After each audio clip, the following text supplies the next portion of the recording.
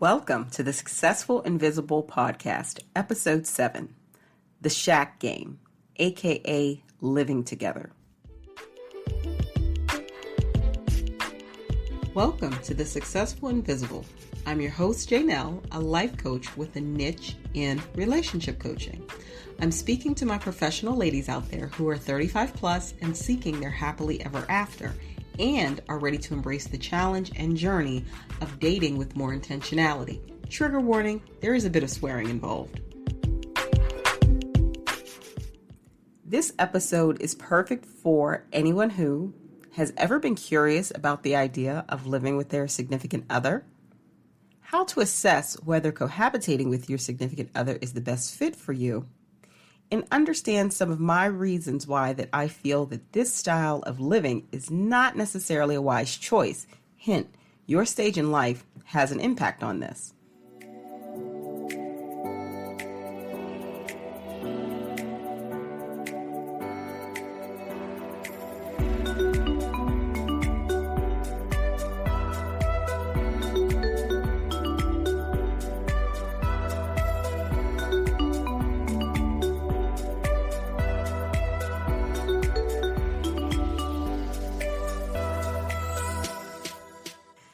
Hello. So today I want to get into something that is a fairly common practice in dating in Western cultures, and that is what I affectionately call the shack game, aka living together, aka cohabitating with your significant other.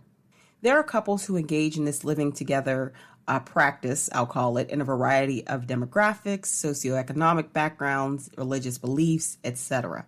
The inspiration for today's episode came from a discussion I was having the other day with my friend. We'll call her Leslie. And it's holiday season, and she's been living with her boyfriend now, we'll call him Steven, for about 2 years. She hosts this huge holiday dinner in December. She is an amazing cook, and she was just talking about some of the preparation for it. And as she was reflecting upon things she's doing to prepare for it, people that she needs to invite, etc. Some of her explanations were mingled with some frustration, along with her excitement at this time of year. So as we continued to talk, she revealed exactly what she was frustrated about. And it had to do with her being in this cohabitating, living together situation for about 2 years with Steven, her significant other. As I said, I asked, had Steven done something recently and specifically to cause her to be frustrated? And honestly, she didn't have an answer. According to my friend, Steven was honoring, his financial obligations for the household that they shared. He was doing his portion of the housework, etc. So as Leslie continued to kind of be vague in her explanations of why she was frustrated, and I'm asking her very tactical questions, she finally let out kind of a frustrated sigh and said, I thought he would have proposed by now. And there, she finally said it. This is an idea that many people go into when they decide to live with a significant other. I have to admit, in working with my coaching clients, as well as what I've observed just in life as an adult, this is just an observation, many times when women decide to move in with a significant other, they're doing it with an unspoken expectation, not all the time, but many times, an unspoken expectation of a marriage proposal. And on the other hand, I've seen men who have decided to live with their significant other as more a practical and strategic thing to do on a way to save money on their bills, also to not have to put forth as much effort in dating. And for some of the more unsavory guys that I've seen do this, they kind of use this to level up in the person that they're dating, etc. They kind of use the woman to be a pit stop to where they really want to go, which is really not a nice way to treat anyone. From what I've observed so far in life, people who make the decision to just live together, it can be a very dicey thing, especially when people aren't going into it being truly honest about what they expect out of the situation. The shack game is one that, for those who intend to participate, you need to take very great care of what's going on, where you're at in all aspects, especially financially, emotionally, etc., where the other person is at, who you're going to choose to live with. There needs to be great conversations around this, and everyone needs to go into the situation eyes wide open. No hidden motives, because hidden motives oftentimes is what makes a living situation go south. Sooner or later, those things will come to the surface. So as a friend, I'll continue to support Leslie in whatever decision she makes. And because I'm me, I'm going to give her honest feedback when asked. However, overall, I would say that making the decision to live with Stephen may not have been the best choice for her. Though I don't think that making the decision to live with your partner is necessarily bad overall, I really feel, knowing Leslie, really how her mind works, what she expected out of this and did not say up front, I don't think this was necessarily the best choice for her. In the next segment, we'll dig into some questions similar to those I would ask a client during a coaching session if we were exploring this subject.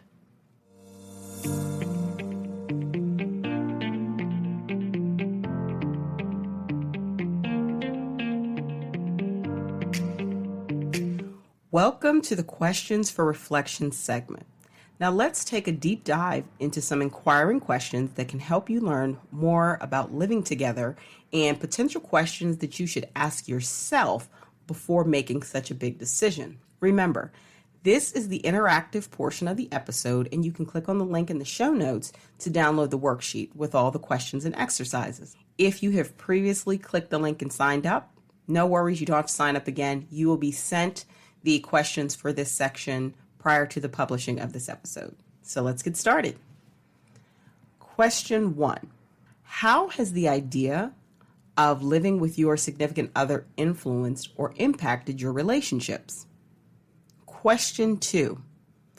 What are the standards/requirements that you have before deciding to share a residence with a significant other? If you've never thought about these things, this is the time to start jotting them down, thinking about what your standards would be, what the requirements would be, really what would be some of the ground rules you would go by. Kind of think of this question and brainstorm on it from that perspective. Question 3. What is the main goal or objective to be achieved by living with your significant other? Be honest with yourself in this question. Really think about any unspoken goals or ulterior motives, etc. This would be the time to reflect upon them and actually put them down on paper. This is something that only you will see. Even if you have motives, ulterior motives, or unspoken expectations, write them down, and then you will be able to reflect upon them as you go through this process of determining if living together with a significant other is the best fit for you. Question 4. How successful has living together been in past relationships? Of course, only answer this if it's applicable to you. If you have lived with significant others in the past, to be clear, outside of a formal marriage, I'm talking about just living with someone, not being married to somebody. If you've just lived with a significant other in the past and the length of time, however long that was, and how that turned out, definitely reflect upon that in this question, if it applies. Question 5. What is the timeline that's being set around living together with your significant other? I feel this is a question that a lot of people do not take into consideration when they make the move to live with a significant other. Is it something that you're just going to do forever, ad nauseum? Is it something you're going to do with a potential expiration date, let's say, in mind? Say you decide, for example, to rent an apartment with your significant other or move in with them or whatever. Would that be a new lease for a year where both of your names are on it, or a lease renewal where one of you has moved in with the other? How would that work? What would that timeline look like? This is a very good question to explore when looking at your relationship, where you see it going and the longevity of it overall. So look at a timeline. It doesn't have to necessarily be spot on accurate. The purpose of this question is really to prompt you to think about how your relationship looks like in the context of living with this person. Just living together, nothing further than that. All right, in the next segment, I want to share some of my personal thoughts on this shack game, a.k.a. living together.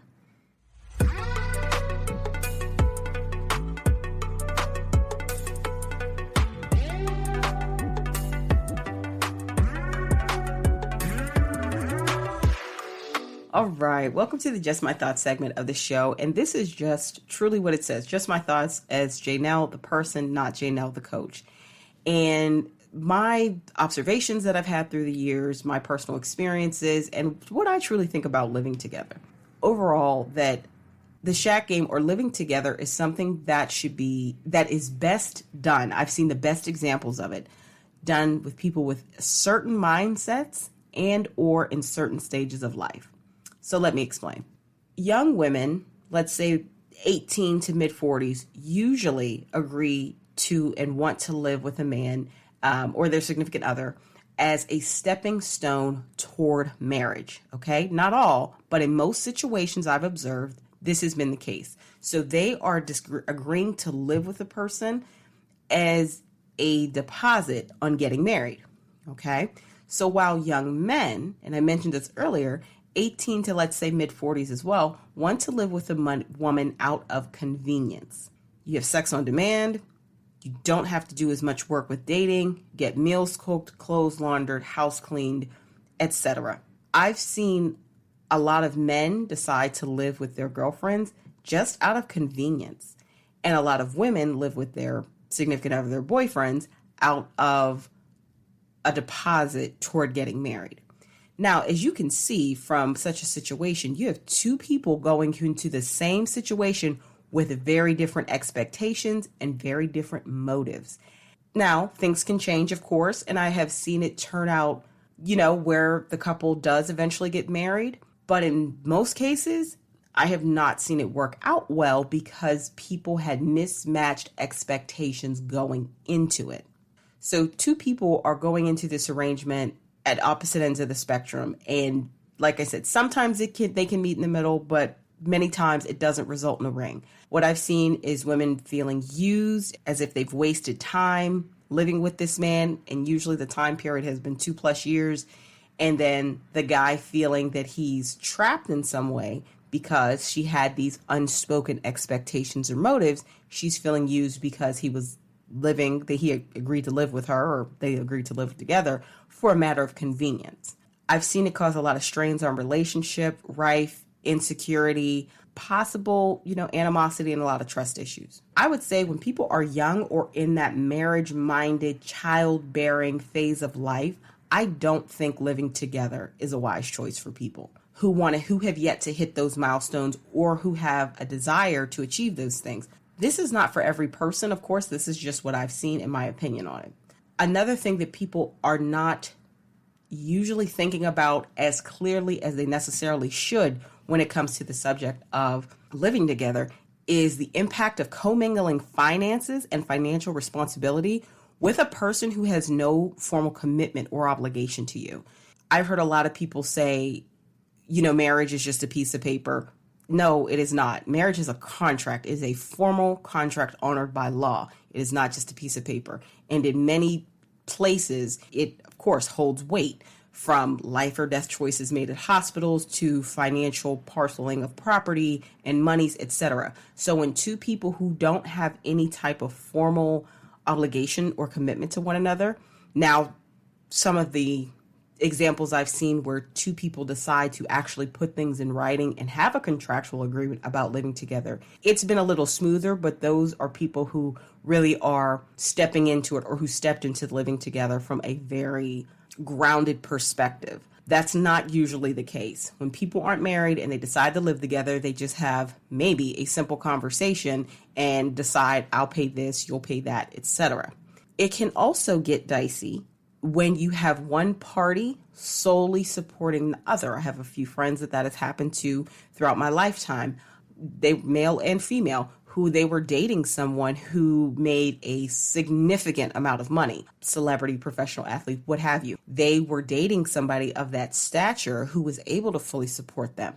That can get dicey as well without any formal commitment, but also it brings up some tension and things that need to be explored and discussed openly and agreed to about power exchanges in the relationship, because he who has the gold makes the rules, right? And it costs to be the boss. We've all heard those things. So if you are deciding to get into a living situation with a significant other where they are fully supporting you, take a step back, have some very honest, real conversations, and maybe uncomfortable conversations about the expectations. I have a good friend who did this. We were in probably our mid to late 20s, and she was dating a gentleman who was in the public spotlight. He was fully able to support her. And so she moved in thinking that life was going to be, this fairy tale and great. And no, they didn't have children. His expectation, which he never expressed of her, was that she was very traditional at home with the cooking and the cleaning, etc. Her expectation was to continue to be spoiled like he had been spoiling her when they were dating, living in different residences. It didn't last very long, and she decided, that it wasn't a good fit for her, and she went back to her own apartment living, and they did continue to date after that. But the only reason I felt that their relationship was able to bounce back from that was she recognized some things very early on in the living together situation that she knew wasn't going to be sustainable, and she knew it was going to cause a lot of problems and fractures down the line. So I really commend her for that, and seeing that when she did, and deciding to not be in that situation and not have those expectations put on her. But it also gave her insight of what it would be like to be married to him and his expectations of a wife. So it was a very eye-opening experience. And since then, they continued dating a while after that, for a couple years after that. No, they didn't end up together. They're both actually married to different people. But she never lived with anyone else after that. After that experience, it taught her a lot. So I would say overall, I do not feel that living together is a good choice when you want to hit certain milestones in life, because I feel there's a lot of unspoken expectation many times from a woman's perspective going into living together. And from a man's perspective, there's a lot of thoughts of convenience and ease. People at two different ends of the spectrum, people going into the arrangement with two different sets of expectations of how it's going to turn out. Now, for people who don't have any desire to be married, this is the caveat for young people who don't have a desire to be married, don't have a desire to necessarily have a traditional household, even if they want children, etc. I think it can be totally fine, but those things need to be discussed up front. On the flip side, the folks who I have seen the most success in deciding to live together are people who are past those big milestones I mentioned in life. Past having been married, they're either widowed or widower or divorced. They have grown children. They're probably grandparents or great-grandparents, etc. These people have hit all of those milestones, and they're at a stage in life, they're settled. They know who they are. They are comfortable usually with their life. So when they go into living with someone, it's from a perspective of companionship and zero expectation of the other person other than to honor their obligations in the household. It's not from someone secretly having this motive of convenience or someone secretly having a motive of wanting to be married. I have seen it work splendidly well with people who are usually past those milestones in life or past wanting those milestones in life. And in those situations, I've seen it work very well long term because they're going into it thinking, I want companionship. I'm with this person. I have my things, they have their things, and we've made conscious decisions about how to pay off things or commingle finances, etc. Nothing's perfect, of course, but just my thoughts. That's what I've seen. So for those who are listening who are thinking about living with their significant other, I don't think it's a bad thing, but I think it's very necessary. In order for it to be successful, the right conversations have to be had and hard questions have to be asked and addressed, and honesty and transparency needs to be there. Just a little tip. If the comfort level isn't there to be that honest, this may not be the person that you should live with. If you feel the need to hide what you really want to accomplish in living together, that is usually a sign that there's some trust issues, etc., in other parts of the relationship, and maybe taking a step back and reflecting on those instead of moving forward to live with one another is the best route to take.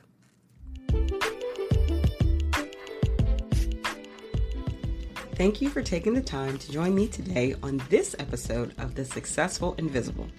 I'm your host, Janelle, and I hope you gained meaningful insights from today's episode.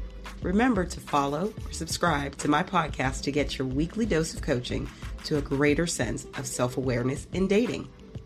I look forward to you joining me again on next week's episode. Until then, I'm your host, Janelle, signing off for now.